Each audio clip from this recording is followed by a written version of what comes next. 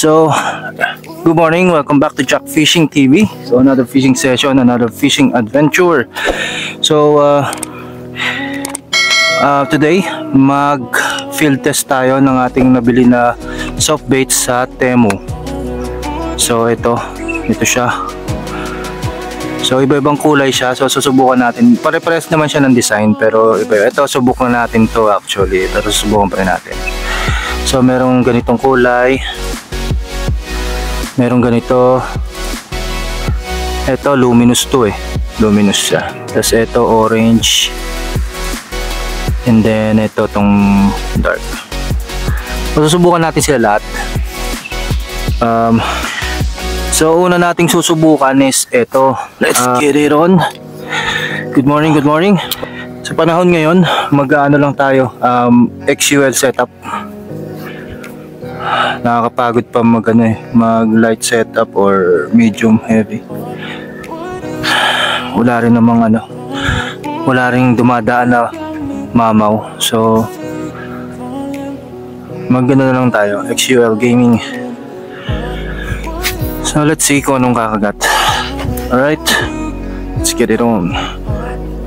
So may i-field test tayo kung effective ba na nabili ko sa Temu. Uy,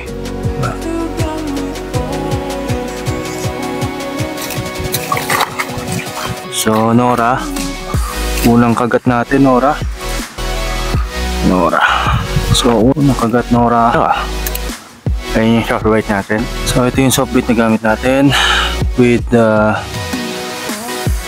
0.5 grams na jig head.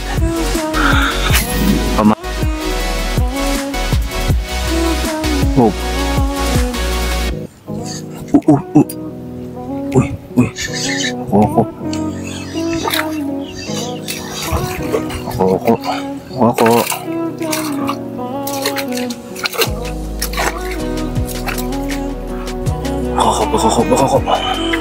Yes. Una nating sinubukan is ito. So, kaninang medyo madilim-dilim pa, ito yung ginamit natin. So may mga kumakagat naman. So nakahuli tayo ng bakoko. So kita nyo naman sa video. And then ngayon, ang next natin is yung orange. Ito. Hindi ko pa nasubukan yung yung luminous. So ito naman ang next. Titingnan natin kung ano. So lahat ito susubukan natin. So para sa mga gustong bumili sa Temu, mura lang to. Actually 50 pieces yata to or 100 pieces ba? Dami. Yes naman.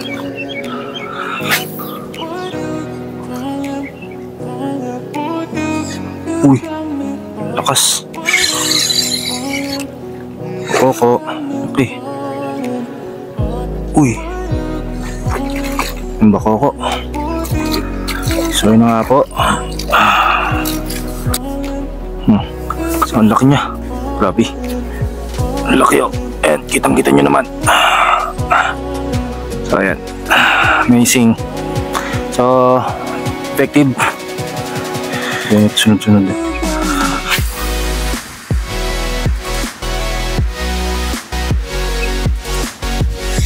Huli ba? Magat na agad yung Nora. Nora maliit. So balik lang natin pag ganito. Again, isa pa. Subukan natin. Isa pa. Gusto kong matry yun talagang kung talagang siya. Kung talagang effective. Pero so far effective naman siya. So ayan. Gusto lang natin yung may kakagat na na talagang malaki. Like lapu-lapu.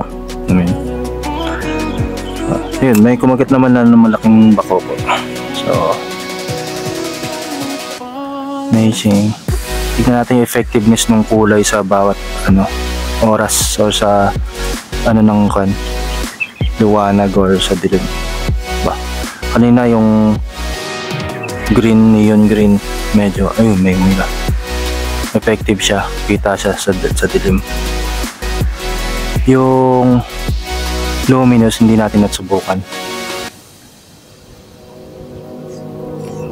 Uy, pakoko. Pakoko na naman. Effectives. Andito lang susunod ba? So ang gamit ko lang dito na jig head is 0.5. Pwede rin kayong gumamit ng 1 gram or ng 1.5. So depende. So ngayon ano naman siya, okay naman siya sa 0.5 kasi hindi naman masyadong yung current dito sa banda rito. So magbabase rin pa rin kayo din sa current ng sa ilalim ng tubig kung kaya bang bumaba ng maigi yung jig head nyo or hindi. So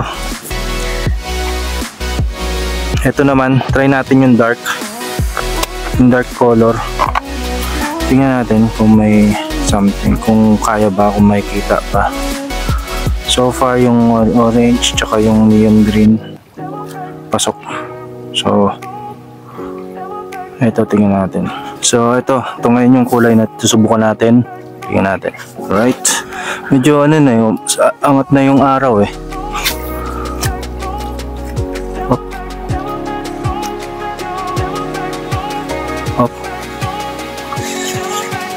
Oy, tanggal. So yun, effective naman siya. Ay kumakagat. Tanggal lang nga, hindi na hook na maayos. Nakakawala, yun ang problema pag nakakawala.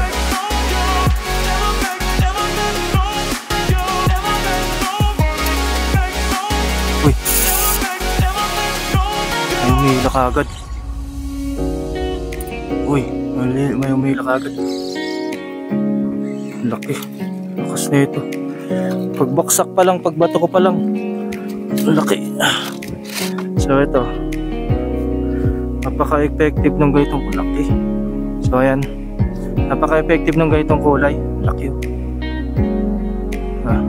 Ganitong kulay sa pakoko. Half gram lang yung gamit natin. Half gram jig head.